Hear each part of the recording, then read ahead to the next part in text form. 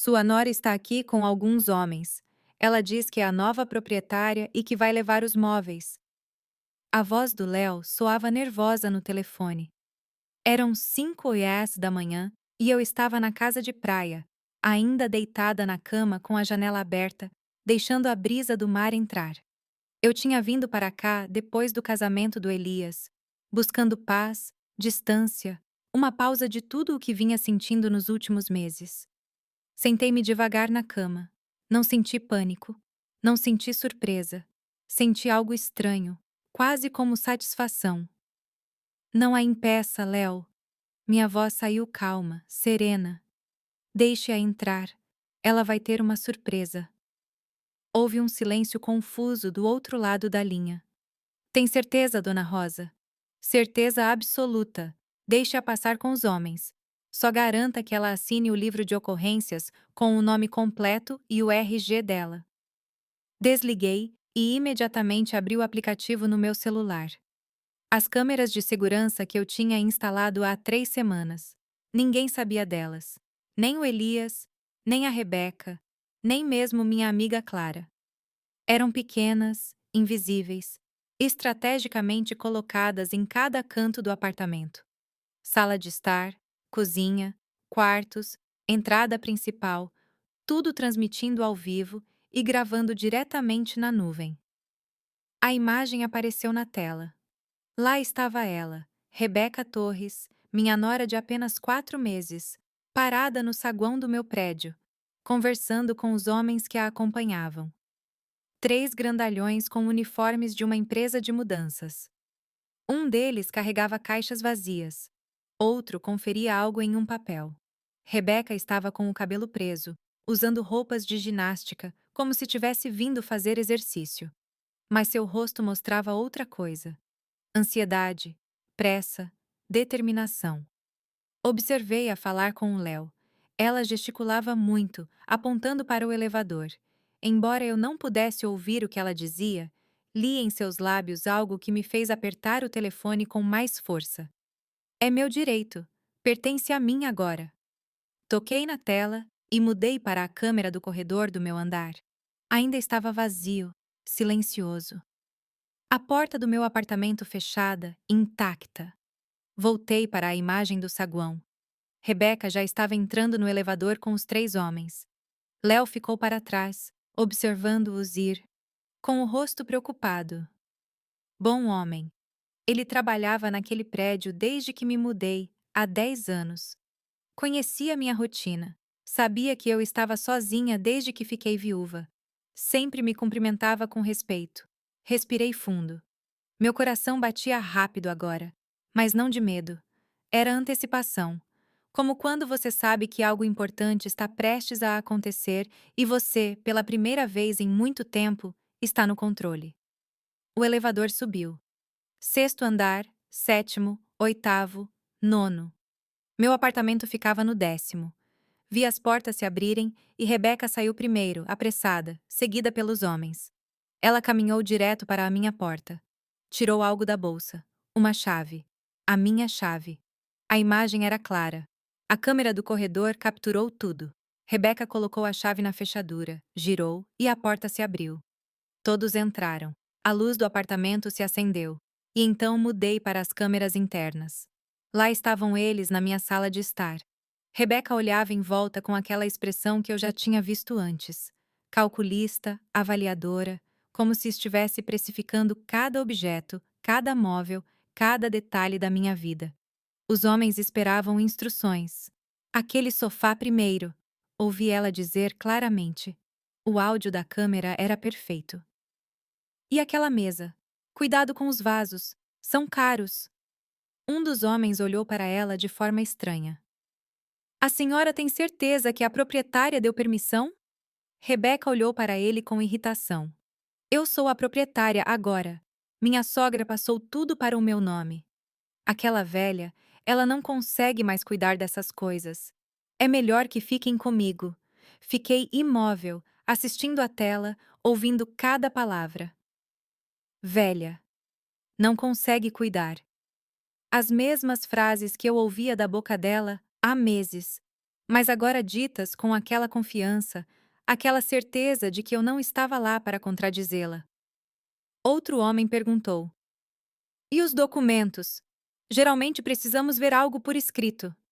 Rebeca puxou um papel da bolsa.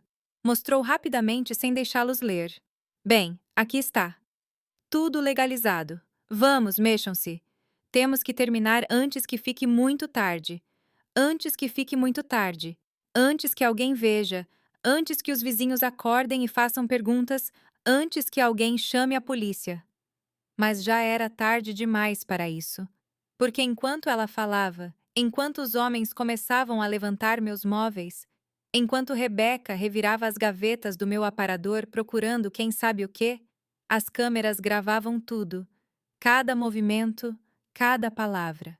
E não só isso, o aplicativo já tinha enviado um alerta automático para minha advogada, doutora Olívia Ribeiro, e para a delegacia mais próxima. Configurei esse sistema há 3 semanas. 3 semanas depois do jantar na casa do Elias, onde passei mal. 3 semanas depois de começar a notar coisas estranhas. 3 semanas depois de ouvir Rebeca falar ao telefone em voz baixa sobre acelerar o processo. Olhei para a tela novamente. Rebeca tinha entrado no meu quarto agora. Vi ela abrir meu guarda-roupa, verificar minha penteadeira, colocar a mão na minha caixa de joias.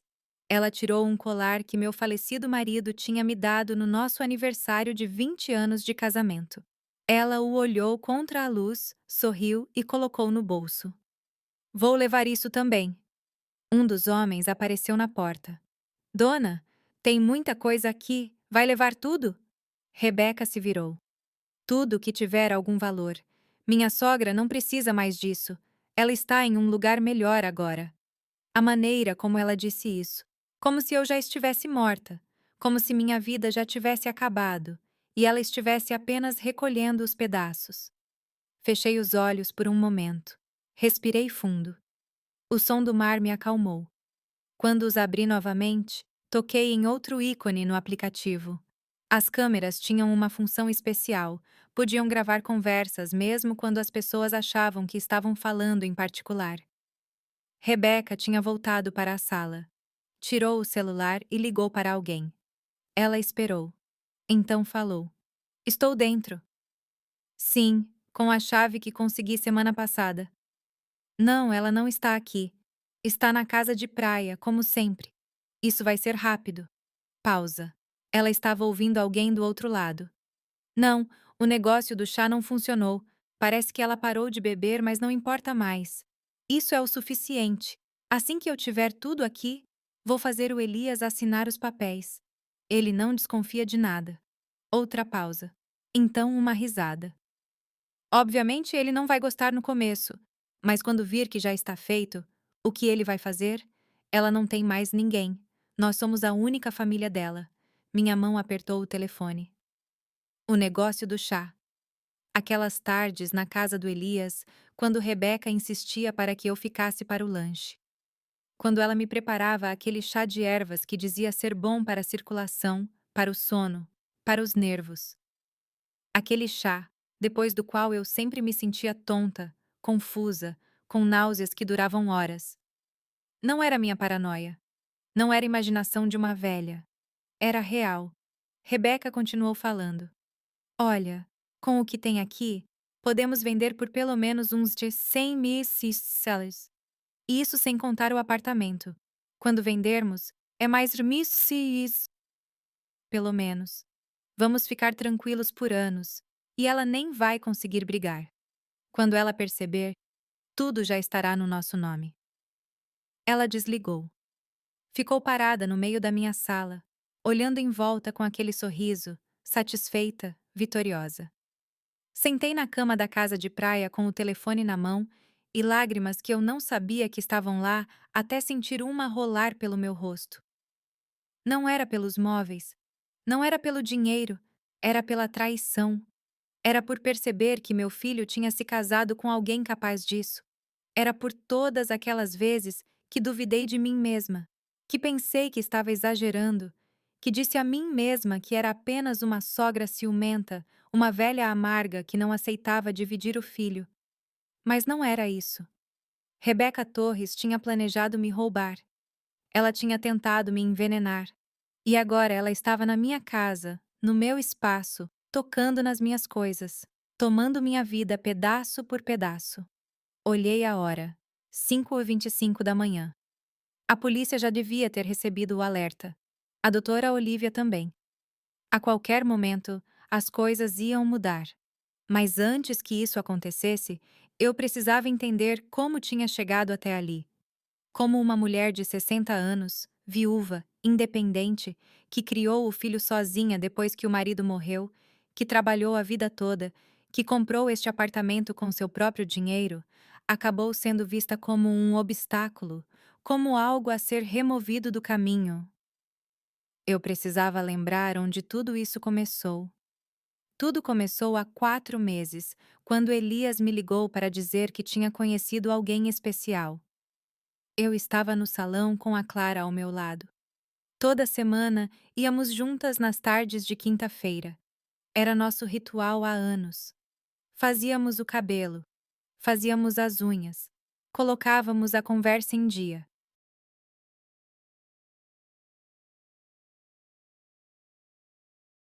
Tinha 62 anos, 2 anos mais velha que eu, e também era viúva. Tínhamos nos conhecido em um grupo de caminhada matinal no parque e éramos inseparáveis desde então. Quando o telefone tocou e vi o nome do Elias, sorri.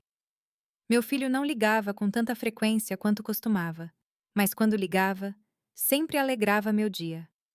Mãe, tenho que te contar uma coisa.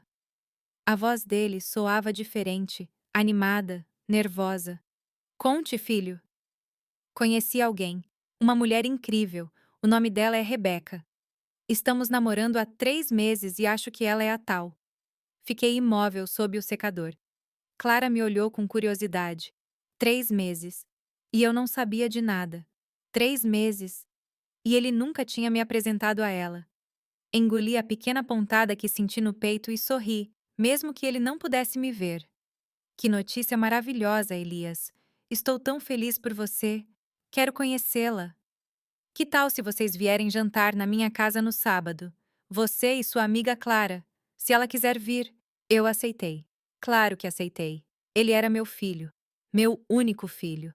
O homem que eu criei sozinha depois que o pai morreu de um ataque cardíaco quando Elias tinha apenas 17 anos.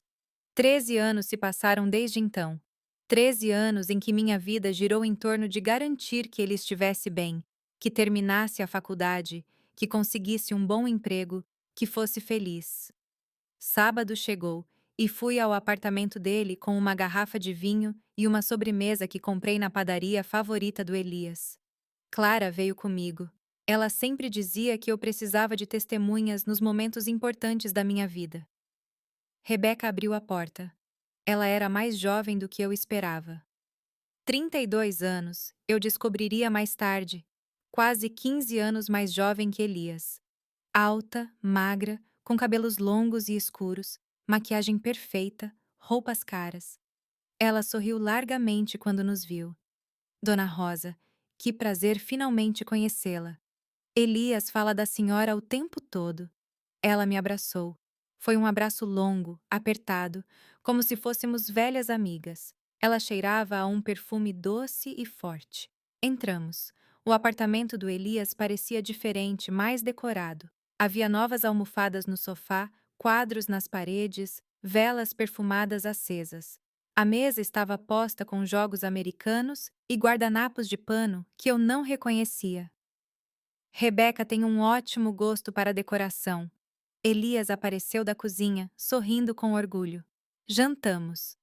Rebeca tinha feito rocambole de carne, salada, batatas assadas. Tudo estava bem apresentado, embora um pouco sem graça para o meu paladar.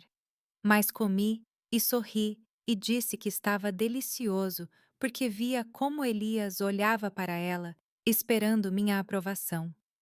Durante o jantar, Rebeca falou muito sobre seu trabalho em uma agência de publicidade, sobre seus planos de abrir seu próprio negócio algum dia, sobre como Elias era maravilhoso, sobre como estava feliz por tê-lo conhecido.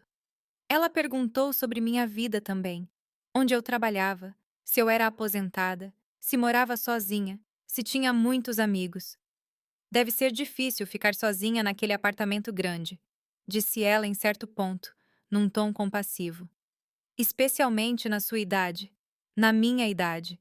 Eu tinha 60, não 80. Trabalhava meio período como consultora contábil. Ia à academia 3 vezes por semana. Tinha um grupo de amigas com quem saía regularmente. Dirigia meu próprio carro. Pagava minhas próprias contas. Viajava quando queria. Eu não me sentia sozinha. Eu não me sentia incapaz. Mas a maneira como ela disse, como se fosse um fato óbvio, me deixou desconfortável. Estou bem, respondi simplesmente. Gosto da minha independência. Rebeca sorriu. Claro, claro. Mas ainda assim, se precisar de ajuda com qualquer coisa, Elias e eu estamos aqui. Somos família agora. Família. Eles namoravam há 3 meses e ela já falava em família. Clara me lançou um olhar de soslaio. Eu conhecia aquele olhar. Era o jeito dela dizer: cuidado. Depois do jantar, Rebeca insistiu em fazer chá. Trouxe umas ervas especiais. São ótimas para a digestão e para relaxar. Ela voltou da cozinha com 4 xícaras fumegantes. O chá tinha um cheiro estranho, algo entre menta e algo mais amargo que eu não conseguia identificar. Bebi um pouco por educação. Clara mal tocou no dela.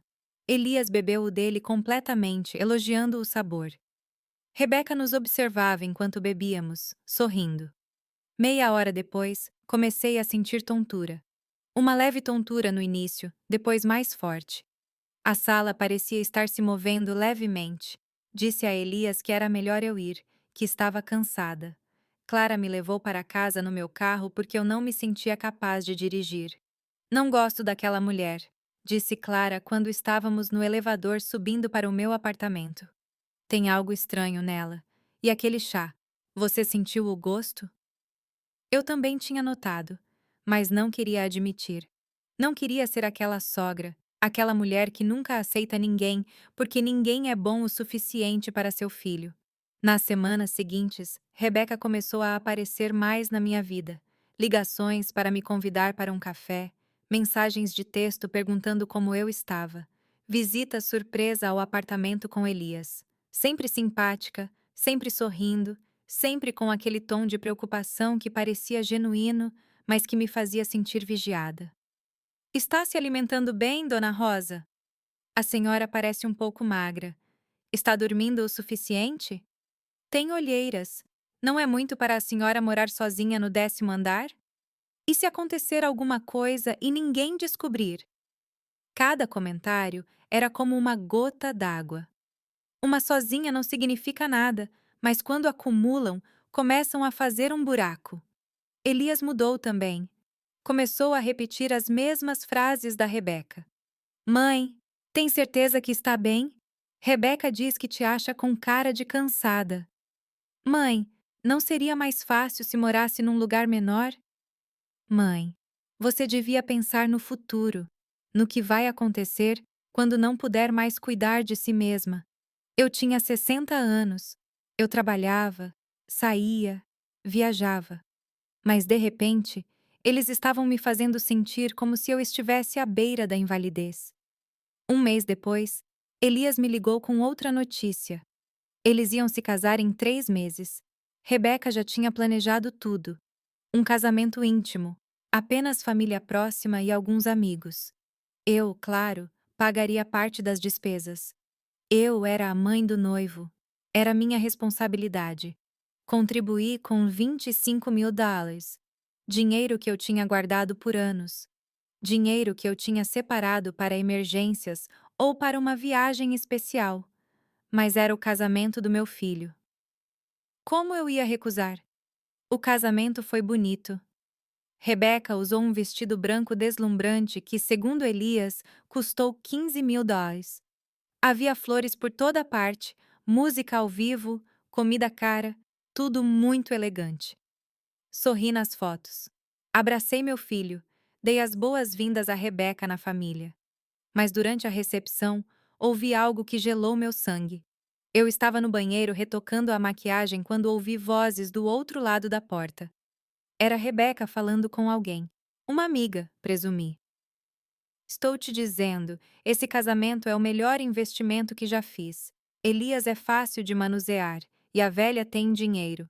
Um apartamento que vale tipo $1.000. Economias, uma casa de praia. E a melhor parte é que ela não tem mais ninguém, só o Elias. Tudo vai ser nosso eventualmente. A outra voz riu. E se ela não quiser? É por isso que estou trabalhando nisso.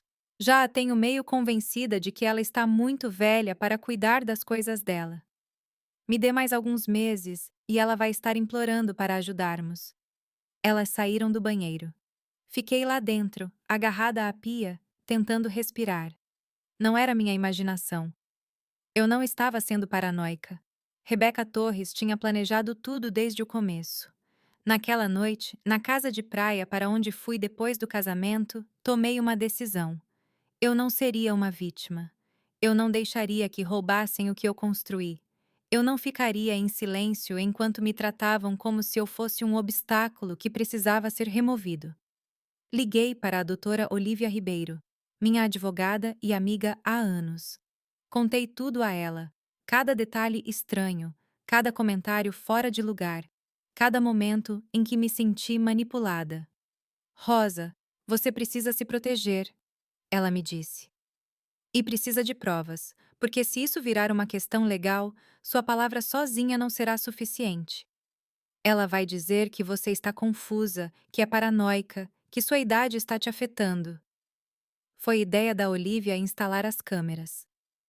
Pequenas câmeras invisíveis, com áudio de alta qualidade por toda a minha casa, conectadas a um aplicativo no meu celular, programadas para gravar tudo e enviar alertas automáticos se alguém entrasse sem minha permissão. Se ela tentar alguma coisa, você terá provas, disse Olivia. E essas provas vão enterrá-la.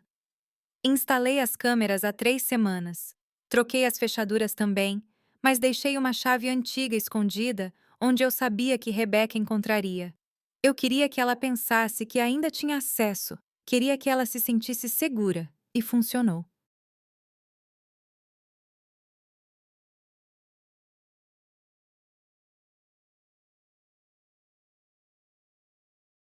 Enquanto eu estava sentada na casa de praia olhando meu telefone, ela estava no meu apartamento roubando minhas coisas, confessando seus planos, se enterrando. 2 semanas depois do casamento, enquanto eu ainda processava o que tinha ouvido no banheiro, Rebeca começou a próxima fase do seu plano. Ela me convidou para almoçar no apartamento dela. Bem, agora era o apartamento dela e do Elias.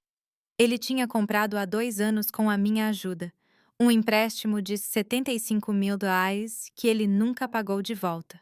Mas não importava. Ele era meu filho. Eu queria ajudá-lo.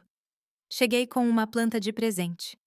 Rebeca abriu a porta de avental, como se tivesse cozinhado a manhã toda. A casa cheirava a comida caseira. Ela me abraçou com aquele mesmo entusiasmo exagerado de sempre. Dona Rosa, que bom vê-la. Entre, entre. Elias está no trabalho, mas eu queria que tivéssemos um tempo sozinhas para nos conhecermos melhor. Somos família agora. Sentei no sofá, o mesmo sofá que ajudei Elias a comprar. Rebeca trouxe limonada em copos altos com gelo e hortelã. Enquanto bebíamos, ela me perguntou sobre minha rotina diária. A senhora ainda vai à academia 3 vezes por semana? Não é muito cansativo? Não, gosto de ir. Me mantém ativa. Ela assentiu com aquela expressão compreensiva. É admirável, mas tem que ter cuidado. Em certa idade, o corpo não responde do mesmo jeito. Minha avó caiu na academia há 2 anos, quebrou o quadril. Nunca mais andou direito. Tomei outro gole de limonada. Tinha um gosto estranho, muito doce, com um travo amargo no final. E aquele apartamento tão grande, continuou Rebeca. 10º andar, tantos cômodos. Não se sente sozinha lá? Não tem medo que aconteça algo e ninguém descubra? Tenho amigas que moram perto. Clara passa lá com frequência. Sim, mas ainda assim, uma mulher da sua idade morando sozinha. Elias se preocupa muito com a senhora, sabe? Ele sempre diz que fica ansioso pensando em algo ruim acontecendo. Minha idade. De novo, como se 60 anos fosse sinônimo de incapacidade. Almoçamos frango assado com legumes. A comida estava boa, embora novamente um pouco sem graça. Rebeca insistiu que eu comesse mais, me servindo porções grandes. Depois do almoço, ela fez aquele chá de novo, o mesmo do primeiro jantar. As mesmas ervas com aquele cheiro estranho. É maravilhoso para a digestão e ajuda a dormir melhor. A senhora mencionou que às vezes tem insônia. Eu nunca tinha mencionado isso. Eu dormia perfeitamente bem, mas ela disse com tanta certeza que por um momento duvidei da minha própria memória. Bebi o chá por educação. Desta vez o gosto amargo estava mais forte. Forcei-me a terminar enquanto Rebeca me observava com aquele sorriso fixo. Rosa, quero falar sobre uma coisa importante. Ela se inclinou para a frente como se compartilhasse um segredo. Elias e eu estivemos pensando. A senhora tem muitas propriedades, muitas responsabilidades. O apartamento, a casa de praia, as contas, os impostos. Não seria mais fácil se nós ajudássemos a administrar tudo isso? Meu coração bateu mais rápido. Eu administro minhas coisas muito bem. Claro, claro. Não estou dizendo que não consegue. Só que às vezes é bom ter ajuda. Alguém mais jovem que entende de tecnologia, bancos, todas essas coisas modernas. Poderíamos colocar o Elias como coproprietário, por exemplo, apenas por segurança, para que se algo acontecer com a senhora, tudo esteja em ordem. Coproprietário. Aquela palavra me atingiu como água gelada. Não acho que seja necessário. Rebeca manteve o sorriso, mas algo em seus olhos mudou. Bem, pense nisso. É só uma sugestão. Só queremos cuidar de você. Meia hora depois, comecei a me sentir mal de novo. A mesma tontura da primeira vez. Náusea. A sala movendo levemente. Disse a ela que era melhor eu ir. Rebeca insistiu em chamar um táxi, dizendo que eu não estava em condições de dirigir. Ela estava certa. Eu não estava. No táxi a caminho de casa, abri meu WhatsApp. Tinha mensagens do grupo de amigas da academia, fotos da Clara no parque, um vídeo da minha sobrinha da Espanha. Pessoas reais, vida real, me lembrando que eu não estava sozinha ou inútil como Rebeca queria me fazer sentir. Nos dias seguintes, as ligações e mensagens de Rebeca se intensificaram. Bom dia, Dona Rosa. Boa tarde. Como dormiu? O que fez hoje? Cada mensagem disfarçada de preocupação, mas que parecia vigilância. Elias também começou a fazer perguntas estranhas. Mãe, você pagou a conta de luz este mês? E a água? Tem certeza? Como se de repente eu fosse incapaz de lembrar de pagar minhas próprias contas. Contas que eu pagava há 40 anos sem problema. Uma tarde eu estava na sala com a Clara quando Rebeca apareceu sem avisar. Tocou a campainha, subiu sem eu dar permissão na portaria, provavelmente manipulou o porteiro da tarde e chegou à minha porta com uma sacola de compras. Trouxe algumas coisas: fruta, pão, leite. Estava passando e pensei na senhora. Clara estava sentada na minha sala. Ela olhou para Rebeca com aquela expressão que eu já conhecia: desconfiança. Que gentil, eu disse, pegando a sacola. Eu não a tinha convidado para entrar, mas ela entrou mesmo assim. Que apartamento enorme! Ela andou pela sala, olhando tudo, tocando os móveis. E esses quadros devem ser valiosos. Eram do meu marido. Lindos. Deve ser difícil manter tudo isso limpo. Tantos quartos, tantas coisas. Não pensou em simplificar, vender algumas coisas, mudar para algo menor, mais gerenciável? Clara se levantou. Rosa administra a casa dela perfeitamente. Rebeca olhou para ela como se tivesse acabado de notá-la. Claro, só estou dizendo que às vezes menos é mais, especialmente conforme a gente envelhece. Envelhece. Como se eu estivesse à beira da senilidade. Depois que ela saiu, Clara explodiu. Essa mulher é uma víbora. Você não vê o que ela está fazendo? Ela está minando você. Pouco a pouco, fazendo você duvidar de si mesma. Preparando o terreno para algo. Eu sei, admiti finalmente. Ouvi algo no casamento dela. Ela casou com o Elias pelo dinheiro. Pelas minhas propriedades. Clara ficou em silêncio por um momento. E o que você vai fazer? Não sei ainda, mas preciso ser esperta. Se eu confrontá-la agora, ela vai negar tudo. Vai dizer que sou paranoica, que minha idade está me afetando, e o Elias vai acreditar nela. Ela o tem controlado. Assenti. Desde que casaram, Elias é uma pessoa diferente. Repete tudo o que ela diz. Me olha diferente, como se eu fosse um fardo. No dia seguinte, Rebeca mandou outra mensagem. Precisamos falar sobre algo importante. Pode vir jantar hoje? Fui contra meu bom senso. Fui porque ainda tinha aquela pequena lasca de esperança de que eu estava errada, de que Rebeca realmente se importava, de que meu filho não tinha me trocado por uma mulher que só via cifrões onde deveria haver família. O jantar foi tenso. Elias estava quieto. Rebeca falava sem parar. Depois da sobremesa, ela puxou uns papéis. Rosa, preparamos uma coisa. Ela os colocou na mesa. É uma procuração, simples, nada complicado. Só para que o Elias possa ajudá-la com suas contas bancárias, com os pagamentos, com as propriedades. Só tem que assinar aqui. Olhei para os papéis. Meu nome estava lá. Espaços em branco para minha assinatura. Termos jurídicos que eu mal entendia. Não vou assinar nada sem minha advogada revisar primeiro. O rosto da Rebeca endureceu por uma fração de segundo. Então o sorriso voltou. Claro, é inteligente ser cuidadosa, mas isso é só para facilitar as coisas para a senhora, para não ter que se preocupar com nada. Eu não estou preocupada, eu administro minhas coisas bem. Mãe, Elias finalmente falou. Sua voz soava cansada. Só estamos tentando ajudar. Por que você está dificultando tanto? Por que eu estava dificultando? Como se cuidar das minhas próprias coisas fosse um ato de teimosia e não bom senso. Levantei-me. Já vou! Rebeca levantou-se também. Tudo bem, leve os papéis. Pense sobre isso.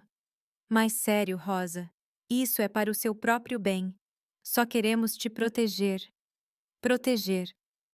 Essa palavra me assombrou todo o caminho para casa, porque eu sabia que quando as pessoas dizem que querem te proteger, às vezes o que elas realmente querem é te controlar. Na semana depois que recusei assinar os papéis, tudo piorou. Elias parou de atender minhas ligações com frequência.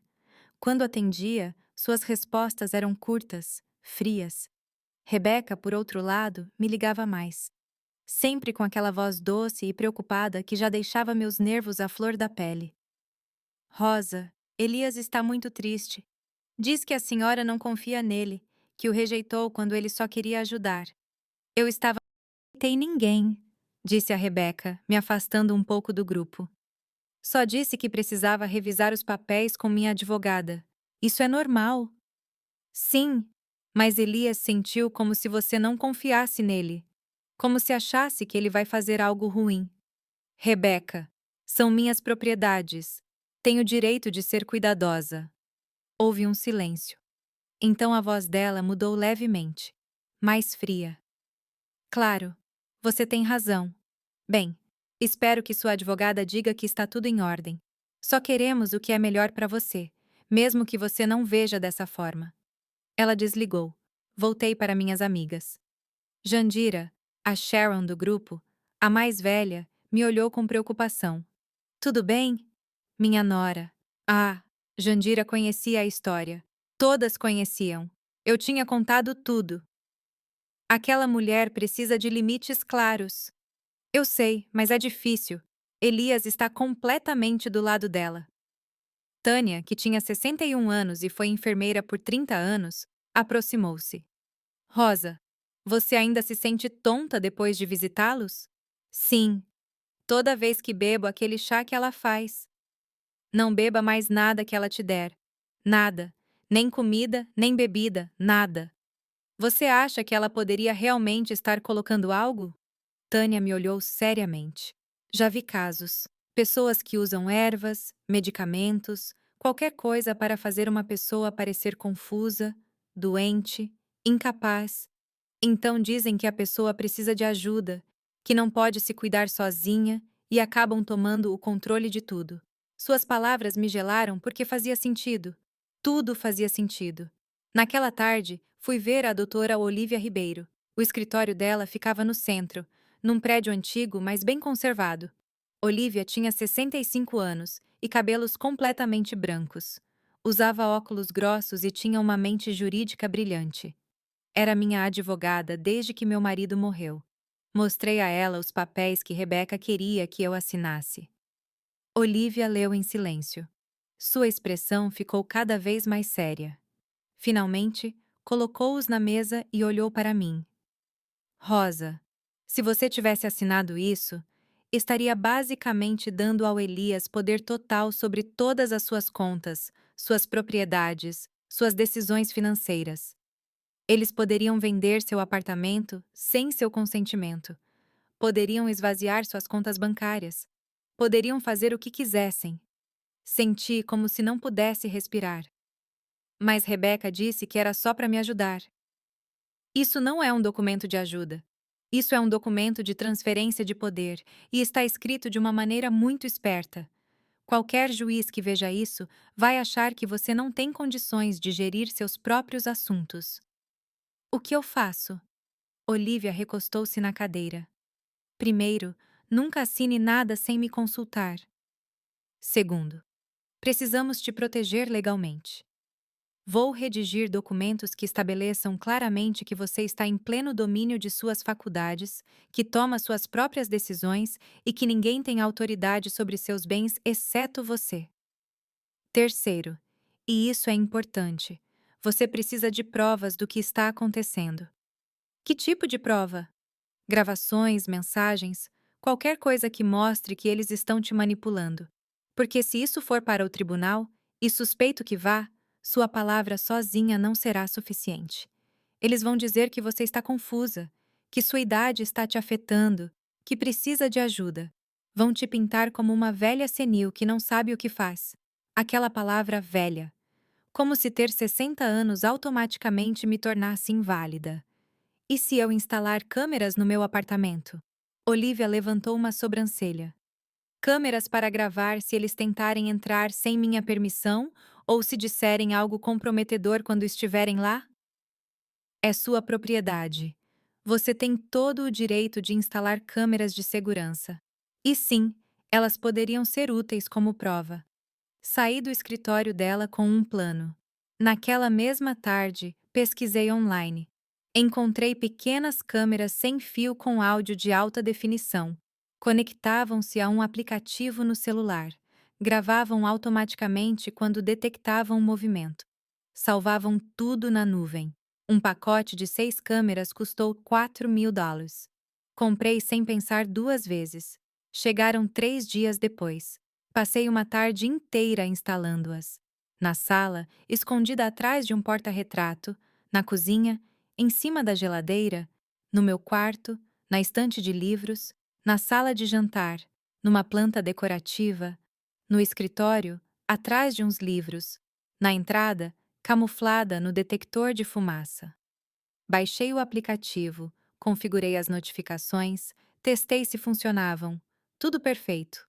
Também troquei as fechaduras do meu apartamento, mas de um jeito esperto. Contratei um chaveiro e pedi para ele deixar a fechadura antiga instalada, mas inútil, e colocar uma nova logo abaixo. De fora, parecia que só havia uma fechadura. Mas a chave antiga, que Rebeca provavelmente tinha copiado, não funcionava mais. E então esperei.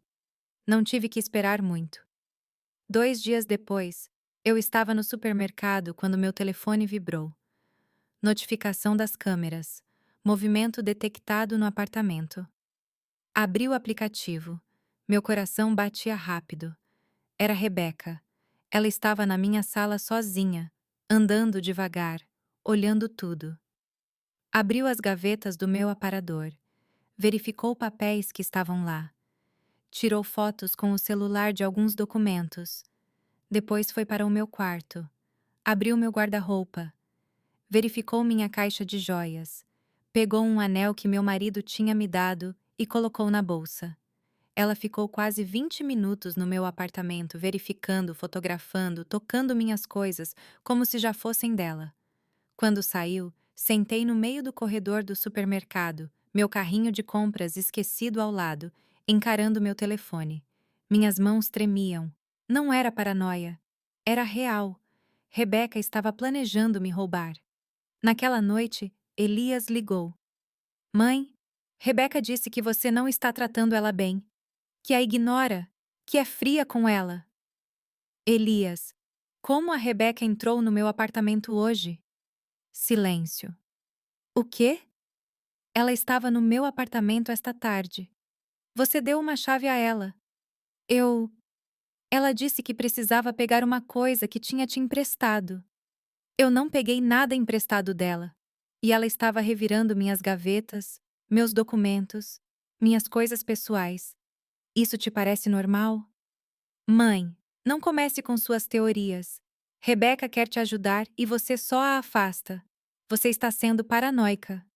Paranoica? Aquela palavra de novo. Elias, eu tenho câmeras. Eu gravei ela revirando minhas coisas, tirando fotos dos meus documentos, roubando um anel. Outro silêncio, mais longo. Câmeras? Desde quando você tem câmeras? Desde que comecei a suspeitar que algo não estava certo. Isso é ridículo. Você está espionando sua própria família. Mãe, acho que você precisa de ajuda, ajuda profissional, talvez falar com um médico sobre isso. Um médico? Eles queriam me declarar incompetente, doente mental, conveniente. Eu não preciso de um médico. Elias, preciso que entenda que sua esposa não é quem você pensa que é. Não vou ouvir isso. Rebeca é minha esposa, e se você não consegue aceitá-la, então talvez precisemos de um tempo distantes. Ele desligou. Fiquei com o telefone na mão no meu apartamento vazio, sentindo como se tudo estivesse desmoronando. Meu único filho tinha acabado de escolher uma mulher que conhecia há meses em vez da mãe, que o criou sozinha por 13 anos. Mas eu não ia desistir. Liguei para a Olivia. Contei tudo. Mandei os vídeos das câmeras. Isso é perfeito, disse ela. Temos provas de invasão de domicílio. E se ela roubou algo, é furto também. Rosa, você pegou ela. E agora? Agora esperamos. Deixe ela acreditar que está no controle.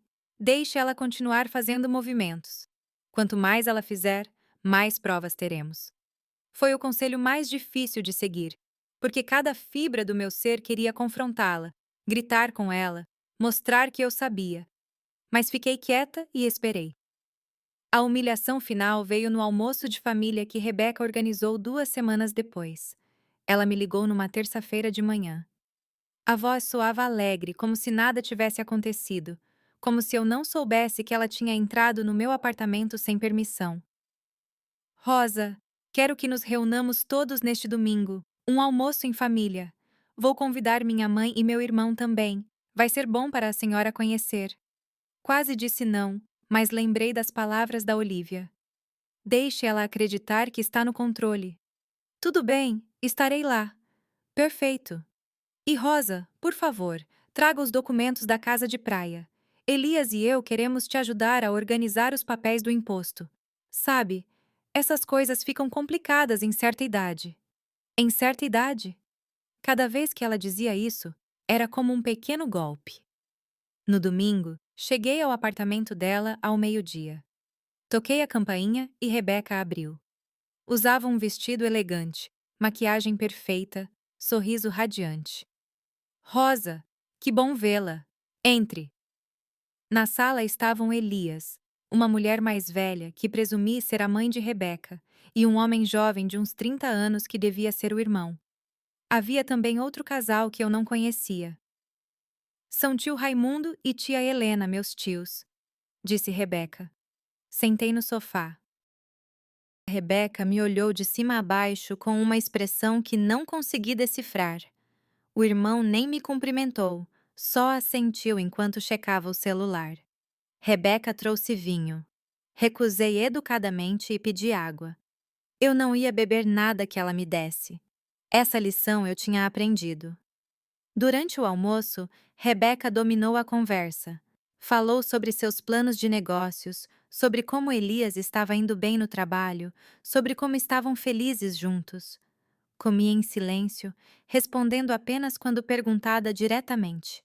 Depois da sobremesa, Rebeca mudou o tom. Bem, agora que somos todos família, tem algo importante que queremos compartilhar. Ela olhou para Elias. Ele parecia desconfortável, mas assentiu. Temos estado preocupados com a Rosa. Todos os olhos se voltaram para mim. Ultimamente notamos que ela está muito esquecida, continuou Rebeca, com aquela voz suave e preocupada. Ela esquece coisas, se confunde com datas. Outro dia, ela me ligou achando que era quinta-feira quando era domingo. Isso era mentira. Nunca tinha acontecido. E ela tem estado muito paranoica, acrescentou. Instalou câmeras no apartamento porque acha que alguém a está espionando. Acusa a gente de coisas que não fizemos. A mãe da Rebeca fez um som de pena. Coitada, é normal nessa idade. Minha mãe foi igual antes de termos que colocá-la num asilo. Senti o calor subir ao meu rosto. Não estou confusa. E instalei as câmeras porque alguém entrou no meu apartamento sem minha permissão. Rebeca olhou para mim com uma expressão de paciência infinita, como se olha para uma criança falando bobagem. Rosa, eu entrei porque a senhora tinha me dito que podia passar para pegar aquele livro que me emprestou. Não lembra? Nunca te emprestei livro nenhum. Viu? Rebeca olhou para os outros. É disso que estou falando. Ela não lembra das coisas. Elias interveio. Mãe, estamos preocupados. Sério. Morar sozinha naquele apartamento grande não é mais seguro para você. Você teve quedas. Eu nunca caí. Caiu no banheiro há 2 semanas. Você me contou no telefone. Isso também não era verdade. Eu nunca tinha dito aquilo. O irmão da Rebeca falou pela primeira vez. Olha, senhora, sei que é difícil aceitar, mas minha avó foi igual. Começou negando que tinha algo errado e acabou perdida na rua, sem lembrar o endereço. Levantei-me. Não vou ficar aqui ouvindo isso. Rebeca levantou-se também. Rosa, por favor, sente-se. Isso é importante. Nós te amamos, queremos te ajudar. Por isso preparamos uma solução. Ela puxou uns papéis de uma pasta que estava na mesa. Papéis diferentes da primeira vez. Falamos com um advogado. Isso é uma tutela voluntária.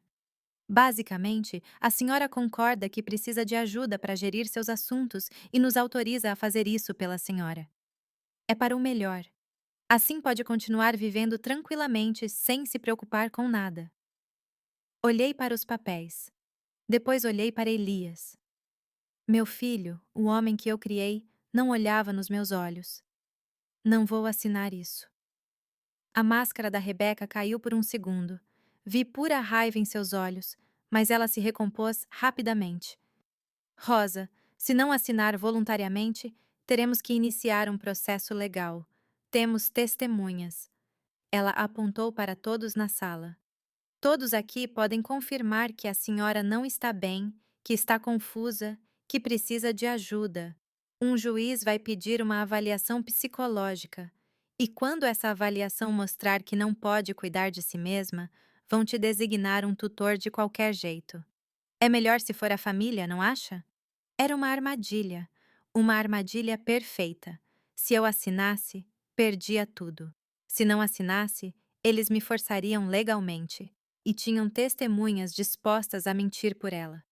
Senti algo quebrar dentro de mim. Não era medo. Não era tristeza. Era uma clareza fria e absoluta. Preciso ir ao banheiro. Rebeca sorriu. Claro, primeira porta à esquerda. Fui ao banheiro. Tranquei a porta. Tirei meu celular. Mandei mensagem para Olivia. Estão tentando me forçar a assinar uma tutela. Tem falsas testemunhas. Preciso de ajuda. A resposta dela veio em segundos. Não assine nada. Saia daí. Estou iniciando ação legal imediatamente. Temos as gravações. Isso é coação. Respirei fundo. Joguei água no rosto. Olhei-me no espelho. Vi uma mulher de 60 anos. Cansada, sim. Assustada também, mas não derrotada. Saí do banheiro. Todos me esperavam em silêncio. Não vou assinar, disse em voz clara. E se tentarem me forçar, minha advogada entrará com ação legal contra todos vocês por coação e fraude. Rebeca levantou-se. Fraude? Como ousa? Eu sei exatamente o que você está fazendo. Sei que entrou no meu apartamento sem permissão. Sei que roubou meu anel. Sei que tem inventado coisas sobre mim para parecer que sou incapaz. E tenho provas de tudo. A sala caiu em silêncio absoluto. Elias finalmente olhou para mim. Mãe, do que você está falando? Pergunte à sua esposa sobre o anel de ouro que ela tirou da minha caixa de joias há 2 semanas. Pergunte sobre as fotos que ela tirou dos meus documentos. Pergunte sobre as conversas telefônicas dela, onde fala do meu apartamento como se já fosse dela. Rebeca riu, uma risada nervosa. Isso é ridículo. Elias, vê do que estou falando? Ela está delirando. Tenho gravações, disse simplesmente.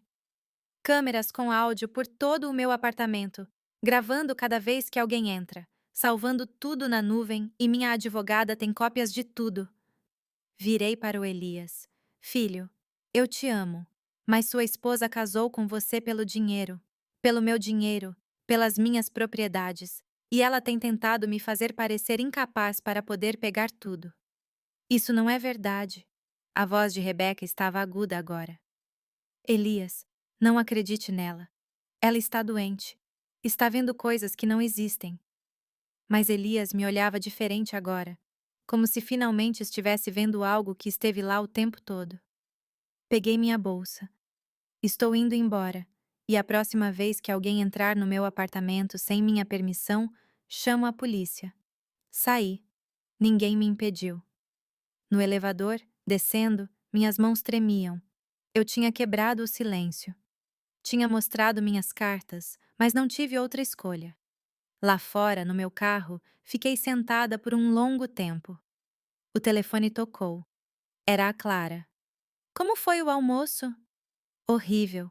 Te conto depois. Você está bem? Não, não estou bem. Mas vou ficar. Vou ficar. Dirigi para a casa de praia. Precisava estar longe. Precisava pensar. Precisava me preparar para o que vinha, porque agora Rebeca sabia que eu sabia.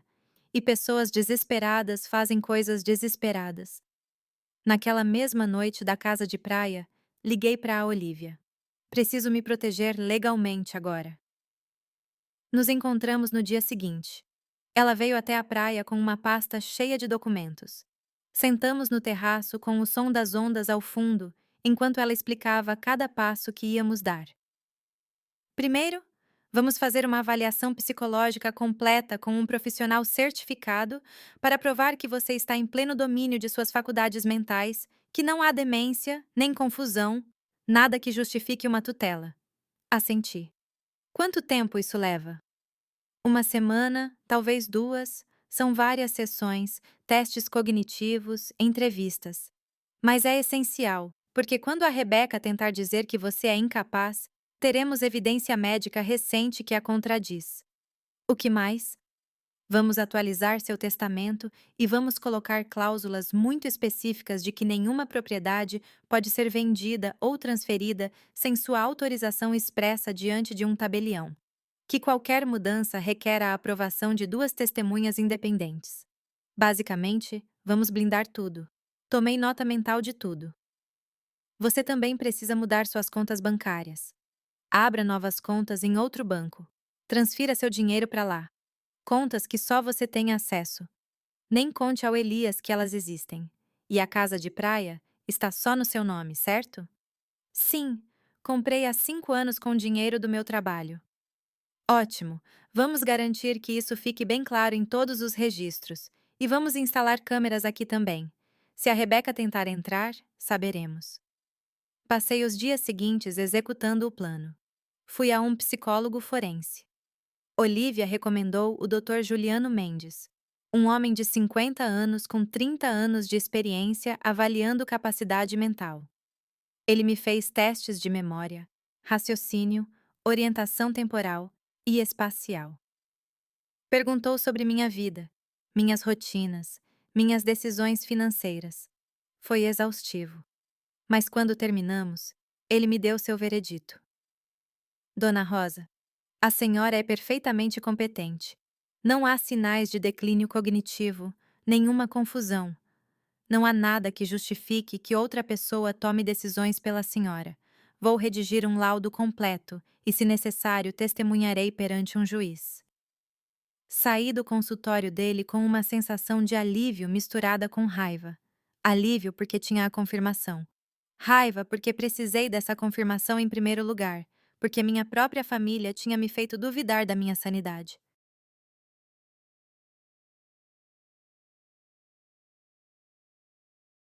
As contas bancárias em um banco diferente, em outra parte da cidade. Transferi minhas economias, cerca de 250 mil dólares que eu tinha acumulado ao longo de anos. Dinheiro que representava minha segurança, minha independência, meu futuro. Atualizei meu testamento. As novas cláusulas eram claras. Se algo acontecesse comigo, o apartamento e a casa de praia seriam vendidos e o dinheiro iria para uma fundação que ajuda mulheres idosas. Nada para Elias enquanto ele estivesse casado com a Rebeca. Olivia foi nomeada a executora. É drástico, admiti enquanto assinava, mas não posso correr o risco. É inteligente, disse Olivia. E você pode mudar depois se as coisas melhorarem, mas por enquanto está protegida. Instalei mais câmeras na casa de praia, reforcei as fechaduras, deixei instruções claras com os vizinhos de que ninguém deveria entrar sem minha autorização direta. Durante esses dias, Elias me ligou várias vezes. Não atendi, não estava pronta. Precisava ter tudo em ordem primeiro. Rebeca ligou também, deixou mensagens de voz. No início, parecia preocupada. Doce. Rosa, por favor, atenda. Estamos preocupados. O que aconteceu no domingo foi um mal-entendido. Depois, as mensagens mudaram de tom. Você não pode se esconder para sempre. Precisamos resolver isso. E, finalmente, ameaças mal veladas. Se não falar conosco, vamos ter que tomar medidas legais para o seu próprio bem. Salvei cada mensagem, cada gravação, tudo era prova. Uma semana depois, voltei para a cidade. Tinha uma reunião com a Olivia no escritório dela. Quando cheguei, ela estava com uma expressão grave. Rosa, Rebeca e Elias iniciaram um processo legal. Estão pedindo uma avaliação da sua capacidade mental. Estão alegando que você é um perigo para si mesma. Senti um buraco no estômago. Eles podem fazer isso? Podem tentar, mas estamos preparadas. Temos sua avaliação psicológica. Temos as gravações das câmeras. Temos provas de que Rebeca entrou no seu apartamento sem permissão, que ela roubou itens, que ela tem te difamado. Quando apresentarmos tudo isso ao juiz, o caso deles vai desmoronar. Quando é a audiência? Em 2 semanas. Mas antes disso, tenho outra coisa para te mostrar. Ela pegou o laptop, abriu um arquivo de vídeo. Era uma gravação das câmeras do meu apartamento de 3 dias atrás, quando eu estava na praia. Na tela, Rebeca apareceu. Mas desta vez, ela não estava sozinha. Estava com um homem, alto, magro, com uma maleta. Quem é esse? Perguntei. Continue assistindo. No vídeo, Rebeca e o homem andavam pelo meu apartamento. Ela mostrava cada cômodo. Ele tomava notas, tirava fotos, como se estivesse avaliando a propriedade. Ele é um corretor de imóveis, disse Olivia. Rebeca está tentando vender seu apartamento. Meu apartamento.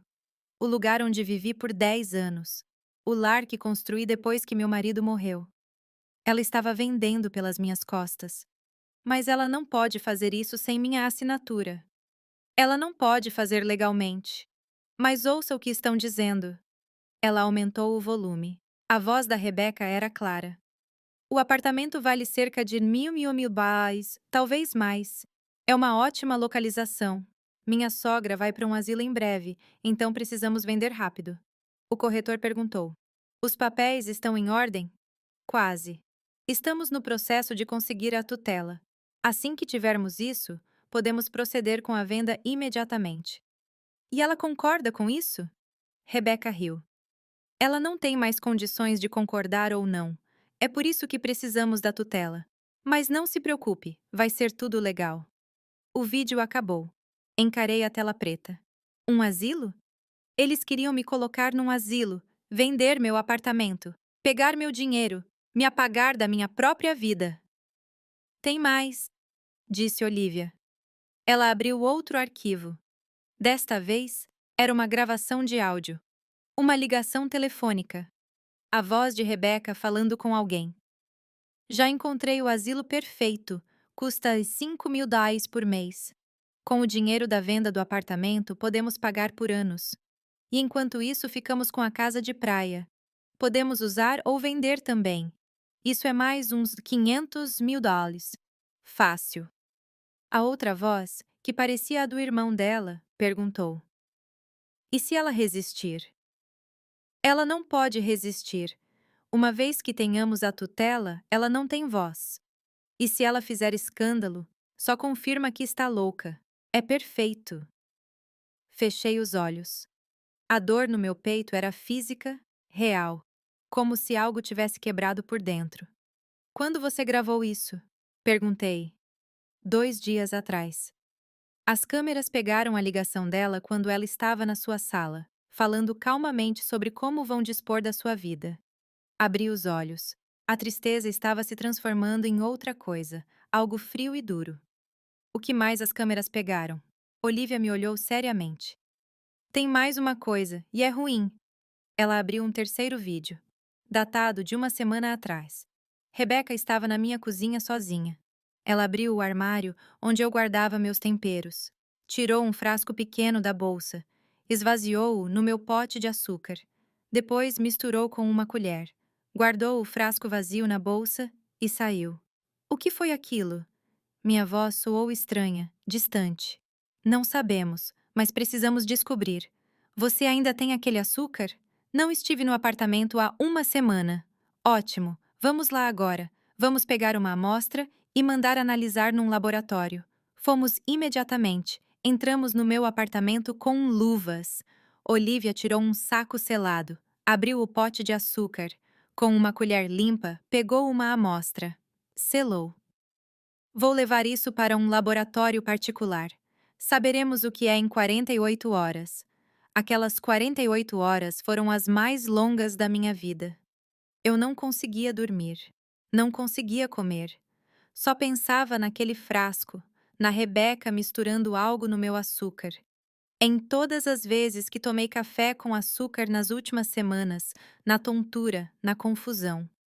Quando Olivia ligou com os resultados, eu já sabia que seriam ruins.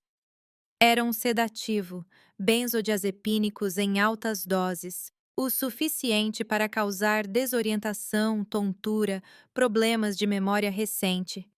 Se você tivesse continuado a consumir, teria eventualmente causado sintomas que parecem exatamente com demência. Sentei-me devagar. Ela estava me envenenando. Sim, e temos a prova em vídeo. Rosa, isso não é mais apenas manipulação financeira. Isso é tentativa de dano físico. Isso é criminoso. 2 dias depois de descobrir o veneno, eu estava na casa de praia quando o alerta veio. 5 da manhã, o telefone vibrou contra a mesa. Léo, o porteiro. Sua nora está aqui com alguns homens. Ela diz que é a nova proprietária e que vai levar os móveis. Abri o aplicativo da câmera. Lá estava ela. Rebeca Torres parada no saguão do meu prédio com 3 homens grandes, uniformes de mudança e um caminhão estacionado lá fora. Não o impeça, Léo. Deixe-a entrar. Ela vai ter uma surpresa. Desliguei e imediatamente liguei para a Olivia. Ela atendeu no segundo toque, a voz alerta. Rosa, o que houve? Rebeca está no meu prédio. Está aqui para levar meus móveis com homens e um caminhão. Perfeito, não faça nada. As câmeras estão gravando tudo. Estou ligando para a polícia agora mesmo. Me dê o endereço do seu apartamento. Invasão de domicílio em andamento. E se eles levarem algo antes de chegarem? Melhor ainda, mais acusações. Apenas fique calma. Isso é exatamente o que precisávamos. Ela desligou. Sentei na cama, coração batendo forte, assistindo à tela do celular. Vi como Rebeca falava com o Léo. Como ele, seguindo minhas instruções, pediu que ela assinasse o livro com nome completo e RG. Como ela o fez sem hesitação, convencida de que tinha todo o direito. Vi entrarem no elevador, subirem andar por andar, chegarem ao 10º, caminharem pelo corredor até minha porta. Rebeca tirou uma chave da bolsa, a chave antiga que não funcionava mais. Colocou na fechadura, girou. Não funcionou. Tentou de novo. Nada. Vi ela xingar. Um dos homens perguntou algo. Ela checou a bolsa, tirou outra chave, provavelmente uma cópia que tinha feito. Também não funcionou. Esperem aqui, disse ela aos homens. Tirou o celular, ligou para alguém. Pelo movimento dos lábios, pude ler ela dizendo o nome do Elias. Esperou. A chamada foi para a caixa postal. Ligou de novo. Mesma coisa. Vi ela respirar fundo, guardar o telefone, encarar a porta com determinação. Então abaixou-se e tirou outra coisa da bolsa. Um cartão fino. Ela tentou forçar a fechadura. Isso é ilegal, um dos homens disse. Senhora, se não tem chave, não podemos entrar. Tenho direito de estar aqui. Esta é minha propriedade agora. Minha sogra passou para mim. Tem papéis para provar? Rebeca puxou um papel amassado da bolsa. Mostrou rapidamente. Aqui, procuração. Tudo legal. O homem olhou mais de perto. Isso não está assinado pela dona. Sim, está. A assinatura dela está bem ali. Senhora, estou no ramo de mudanças há 15 anos. Conheço uma assinatura falsa quando vejo uma. Isso não é real. Rebeca puxou o papel de volta. Olha, pago o dobro se me ajudarem a entrar. Só preciso pegar algumas coisas rápido. Se olharam. Um deles balançou a cabeça. Não, isso não está certo. Estamos indo embora. Eu pago 15 mil em dinheiro agora mesmo. 15 mil para ajudá-la a me roubar. Os homens hesitaram, mas finalmente 2 deles assentiram. O terceiro recuou. Não quero problemas. Ele caminhou em direção ao elevador. Rebeca e os 2 homens restantes começaram a forçar a porta. Um deles tirou uma ferramenta. Começou a trabalhar na fechadura. Meu telefone vibrou. Mensagem da Olivia. Polícia a caminho. ETA 5 minutos. 5 minutos. Em 5 minutos, tudo mudaria. A porta cedeu. Abriu. Rebeca entrou primeiro. Acendeu as luzes e os 2 homens a seguiram. Aquele sofá primeiro, ordenou Rebeca, apontando para meu sofá de couro que comprei há 3 anos. E aquela mesa, aqueles vasos, tudo que tiver algum valor. Os homens começaram a trabalhar. Levantaram o sofá, moveram-no em direção à porta. As câmeras capturaram cada movimento de 3 ângulos diferentes. Rebeca foi para o meu quarto. Vi ela abrir meu guarda-roupa, verificar minha caixa de joias de novo. Pegou mais coisas. Colares, pulseiras, brincos, todos presentes do meu falecido marido, todos com mais valor sentimental do que monetário. Mas para ela, eram apenas objetos para vender. Voltou para a sala, tirou o telefone, fez outra ligação. Estou dentro. Tive que forçar a porta, mas estou dentro. Estamos tirando as coisas agora. Pausa. Ela ouvia. Não, ela não está aqui. Está na praia. Quando ela descobrir, já teremos vendido tudo. Outra pausa. Então uma risada. Eu disse que isso ia funcionar. A velha é estúpida demais para se proteger direito. A velha. Estúpida! Ela continuou falando. Com o que tem aqui, podemos fazer facilmente uns de 100, né? E isso sem contar o que vem depois. Assim que o juiz aprovar a tutela, teremos acesso a tudo: o apartamento, a casa de praia, as contas bancárias, tudo. A pessoa do outro lado disse algo. Rebeca riu de novo.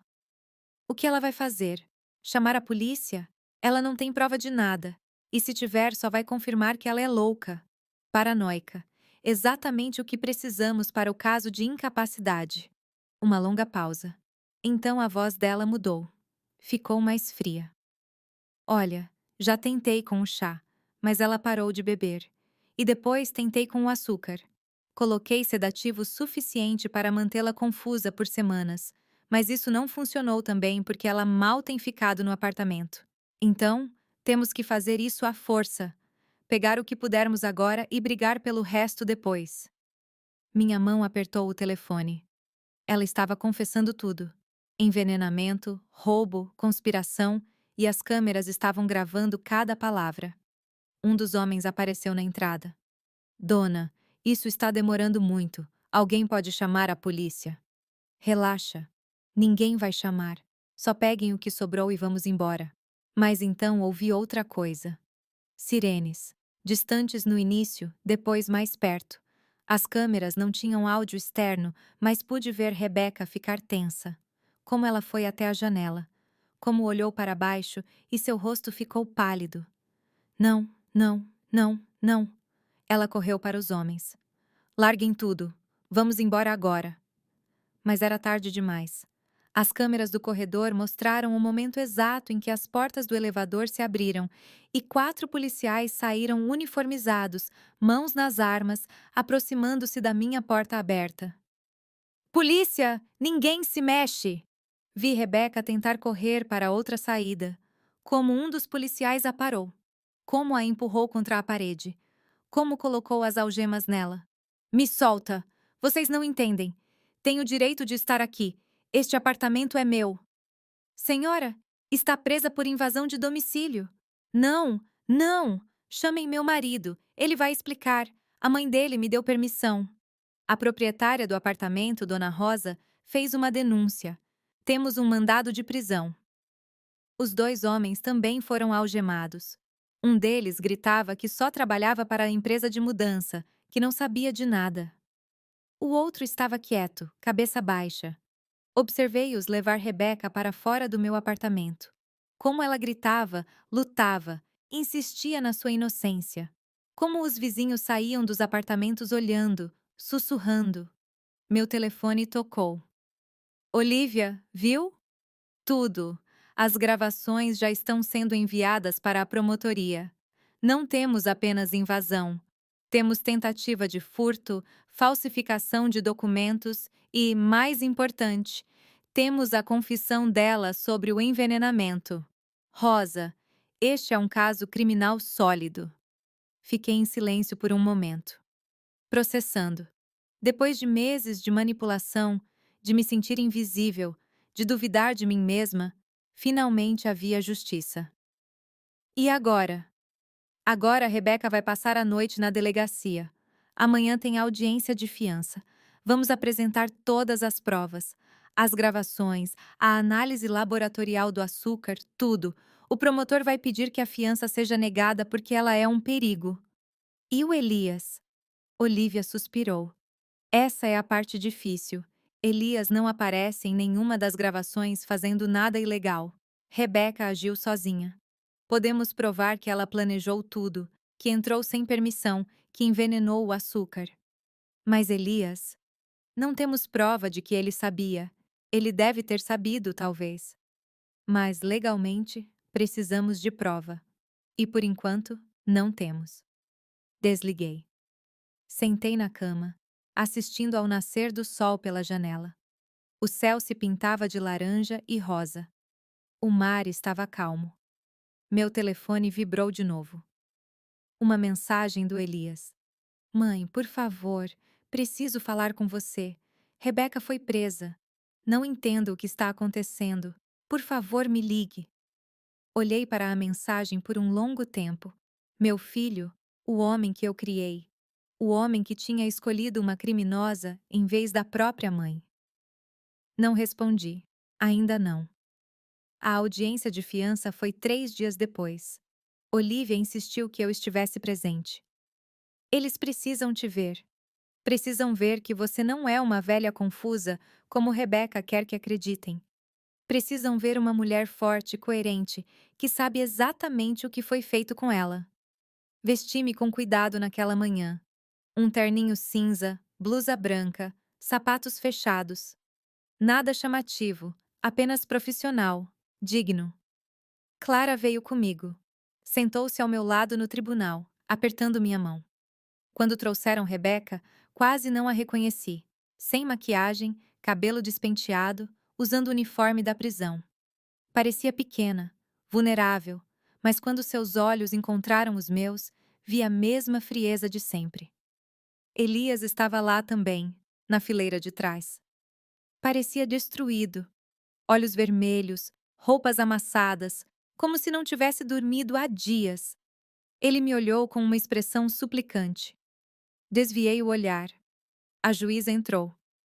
Uma mulher nos seus 50 anos. Expressão séria.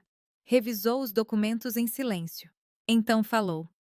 Senhora Rebeca Torres, a senhora é acusada de invasão de domicílio, tentativa de furto, falsificação de documentos e tentativa de envenenamento. Como se declara? O advogado de Rebeca, um homem jovem num terno barato, levantou-se. Inocente meritíssima. Minha cliente tinha direito de estar naquele apartamento.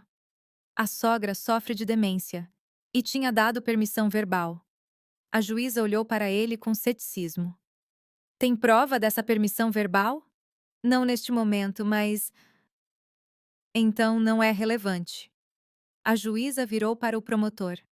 A promotoria tem provas? O promotor, um homem mais velho com anos de experiência, levantou-se. Sim, meritíssima. Temos gravações de vídeo e áudio da ré entrando no apartamento da senhora Rosa sem autorização. Temos gravações da ré confessando adulterar alimentos com sedativos. Temos análise laboratorial confirmando a presença de benzodiazepínicos no açúcar da vítima. E temos testemunhas que confirmaram que a ré forçou a entrada com a ajuda de terceiros. Rebeca inclinou-se para o advogado, sussurrando furiosamente. Ele balançou a cabeça. Meritíssima, continuou o promotor. A senhorita Torres representa um perigo claro para a vítima. Por meses, ela tem tentado fazê-la parecer mentalmente incapacitada para tomar suas propriedades. Chegou ao ponto de envenená-la. Se lhe for concedida a fiança, há risco de que ela tente contatar a vítima ou destruir provas adicionais. A juíza olhou para Rebeca. Algo a acrescentar, senhorita Torres? Rebeca levantou-se. Sua voz tremia. Meritíssima, isso é um mal-entendido horrível. Eu amo minha sogra. Tudo o que fiz foi para ajudá-la. Ela está confusa. Não entende o que está dizendo. As gravações são bem claras, disse a juíza secamente. Aquelas gravações estão fora de contexto. Eu estava brincando no telefone. Nunca envenenei nada. O laboratório está errado. A juíza revisou mais papéis. Diz aqui que a senhora também iniciou processo legal para obter tutela sobre a senhora Rosa, alegando incapacidade mental. Correto? Sim, porque estava preocupada com ela. Porque a amo. Mas a senhora Rosa submeteu-se voluntariamente a uma avaliação psicológica completa com o Dr. Juliano Mendes, que determinou que ela está em pleno domínio de suas faculdades mentais. Sem sinais de demência, sem sinais de confusão. Como explica isso? Rebeca é muito manipuladora quando quer. Ouvir aquilo depois de tudo, me chamando de manipuladora, quando foi ela quem planejou me roubar, me envenenar, me trancar num asilo. A juíza fechou a pasta. Já ouvi o suficiente. Fiança negada. A senhorita Torres permanecerá sob custódia até o julgamento. Dadas as circunstâncias e a gravidade das acusações, especialmente a tentativa de envenenamento, considero que ela representa um perigo para a vítima e para a sociedade. Rebeca gritou. Não, isso não é justo. Elias, faça alguma coisa. Elias levantou-se. Meritíssima, por favor. Minha esposa não faria isso. Tem que haver um erro. A juíza olhou para ele. O senhor é filho da vítima? Sim. Sabia das ações da sua esposa? Elias hesitou. Aquela hesitação o condenou. Eu. Ela me disse que minha mãe precisava de ajuda, que estava confusa. Eu só queria protegê-la. Protegê-la falsificando documentos e tentando roubar suas propriedades? Não, eu nunca. A promotoria determinará seu nível de envolvimento nisto. Por enquanto, sugiro que contrate um bom advogado. Levaram Rebeca embora, gritando, chorando, culpando. Primeiro me culpou, depois Elias, depois o sistema. Nunca se culpou. Saímos do tribunal. No corredor, Elias me alcançou. Mãe, espera. Por favor. Parei. Virei. Olhei para ele. Realmente olhei para ele pela primeira vez em semanas. Você sabia? Perguntei simplesmente. O quê? Sobre o veneno? Sobre os planos de vender meu apartamento? Sobre o asilo? Você sabia? Elias balançou a cabeça, mas seus olhos não encontravam os meus. Ela me disse que você estava doente, que precisava de ajuda. Eu acreditei nela. Você acreditou nela em vez de mim. Sua esposa de alguns meses em vez da sua mãe que te criou sozinha por 13 anos. Eu. Eu não sabia que ia chegar a esse ponto. Você tem que acreditar em mim. Você não sabia. Elias, quantas vezes te disse que algo estava errado? Quantas vezes te disse que me sentia mal depois de visitar vocês? Quantas vezes tentei te dizer que Rebeca não era quem dizia ser? E toda vez você me chamou de paranoica. Me disse que eu estava exagerando. Me fez duvidar da minha própria realidade. A voz dele quebrou. Sinto muito. Sente muito. A raiva que eu segurava há meses finalmente saiu. Eu quase parei num asilo. Elias, sua esposa, me envenenou. Ela me fez sentir louca. Ela planejou roubar tudo o que tenho e você a ajudou. Talvez não diretamente, mas seu silêncio, sua negação, sua decisão de acreditar nela e não em mim, isso foi ajudá-la também. Mãe, por favor, ela é minha esposa. Tenho que apoiá-la. Aquelas palavras, como um golpe final. Então apoie-a. Visite-a na cadeia. Pague o advogado dela. Fique ao lado dela enquanto enfrenta acusações criminais. Mas não me peça para entender. Não me peça para perdoar. Porque eu tive que fazer uma escolha também. E escolhi me proteger. Escolhi acreditar em mim mesma quando ninguém mais acreditou. E daí? Não sou mais seu filho? Você sempre será meu filho. Mas isso não significa que tenho que aceitar como me tratou. Isso não significa que tudo volta a ser como era. Porque não pode. Não depois disso. Clara pegou meu braço. Rosa, vamos. Olhei para Elias uma última vez. Vi o menino que ele tinha sido, o jovem que criei, o homem que se tornou. E percebi que falhei em algum ponto. Não em criá-lo, não em amá-lo, mas em ensiná-lo que amor não significa sacrificar sua dignidade, que família não pode te pedir para se apagar.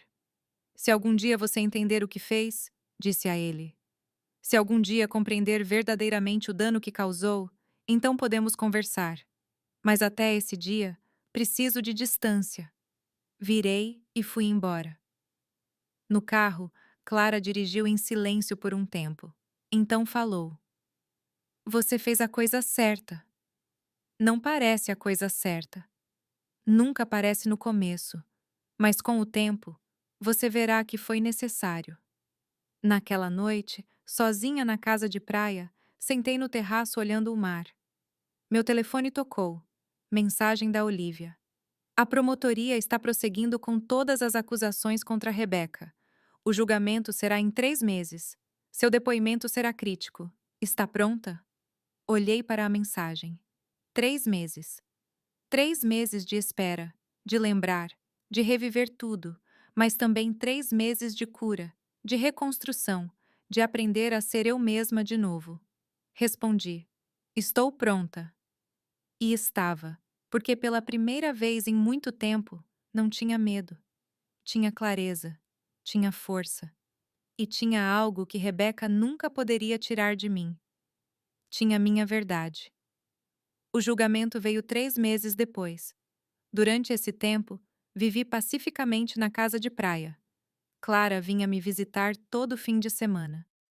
Minhas amigas do grupo de caminhada ligavam frequentemente, mandavam mensagens de apoio, fotos de suas vidas.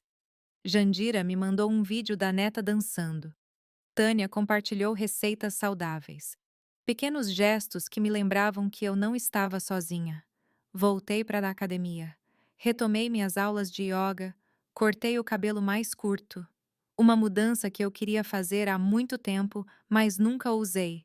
Tirei selfies com Clara no salão e postei no meu WhatsApp. Me senti viva de novo. Livre. Elias tentou me ligar várias vezes durante esses meses.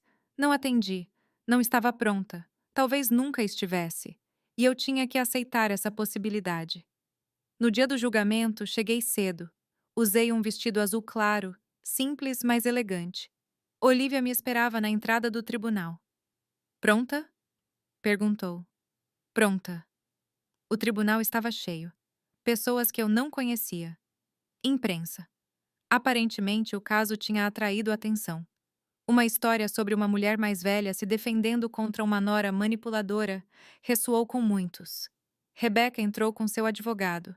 Parecia diferente, mais magra, o cabelo mais curto, mas seus olhos ainda eram os mesmos, frios, calculistas. O julgamento durou 2 semanas. Apresentaram prova após prova. As gravações das câmeras foram tocadas no tribunal. Vi os membros do júri reagirem quando ouviram Rebeca confessar o envenenamento. Vi seus rostos de nojo quando assistiram ela revirando minhas gavetas, roubando minhas coisas, planejando meu confinamento. A análise laboratorial do açúcar foi apresentada. O médico que analisou testemunhou que as quantidades de sedativo encontradas eram suficientes para causar confusão severa, perda de memória recente, desorientação, sintomas que poderiam facilmente ser confundidos com demência. Dr. Juliano Mendes, o psicólogo forense, testemunhou sobre minha avaliação. Explicou em detalhes que eu era completamente competente, que não havia sinais de declínio cognitivo, que eu era uma mulher inteligente e articulada em pleno controle de suas faculdades mentais. Léo, o porteiro, testemunhou sobre a manhã em que Rebeca chegou com os homens. Confirmou que ela tinha alegado ser a nova proprietária, que tinha tentado levar meus pertences. Os carregadores que a acompanharam também testemunharam. Um deles, o que se recusou a participar, explicou que Rebeca tinha oferecido os 15 mil dólares para ajudá-la a forçar a entrada, que tinha mostrado documentos falsos. E finalmente, foi a minha vez. Subi ao banco. Jurei dizer a verdade. Sentei na frente de uma sala cheia de estranhos que agora sabiam os detalhes mais íntimos da minha vida. O promotor me fez perguntas sobre meu relacionamento com Elias, sobre como conheci Rebeca, sobre as mudanças que notei, sobre a tontura, sobre a manipulação, sobre o medo. Falei com voz clara, firme, sem chorar, sem ser dramática, apenas a verdade. Ela me fez duvidar de mim mesma, disse em certo ponto. Ela me fez sentir como se estivesse perdendo a cabeça, que minha idade me tornava incapaz. E a pior parte é que quase acreditei nela. Quase aceitei que talvez estivesse confusa, que talvez precisasse mesmo de alguém para tomar decisões por mim. Mas então a senhora percebeu algo importante. O promotor perguntou: que ter 60 anos não me torna incompetente, que ser viúva não me torna vulnerável, que morar sozinha não me torna fraca. Eu sou uma mulher que trabalhou a vida toda, que criou um filho sozinha, que comprou suas próprias propriedades com seu próprio dinheiro, e ninguém tem o direito de tirar isso de mim. Ninguém tem o direito de me fazer sentir menos do que sou. Vi várias mulheres na plateia assentirem. Vi lágrimas em alguns olhos. O advogado de Rebeca tentou me desacreditar durante o interrogatório. Perguntou sobre minha idade, se eu tomava medicação, se às vezes esquecia coisas, mas cada pergunta tinha uma resposta clara. Eu não tomava medicação. Não esquecia coisas e minha idade não era uma doença. Depois de 2 semanas, o júri deliberou. 3 horas depois, retornaram com o veredito. Culpada. Em todas as acusações. Rebeca gritou. O advogado tentou acalmá-la, mas não havia nada a ser feito. As provas tinham sido avassaladoras. A sentença veio 1 semana depois. 5 anos de prisão por invasão de domicílio, furto e falsificação de documentos. 3 anos adicionais por tentativa de envenenamento. 8 anos no total. Isa proferiu a sentença, senti algo estranho. Não era alegria. Não era satisfação. Era encerramento. Era a confirmação de que minha verdade importava, que defender minha dignidade tinha valido a pena. Saí do tribunal com Olivia e Clara. Lá fora, havia câmeras, repórteres. Vários me pediram declarações.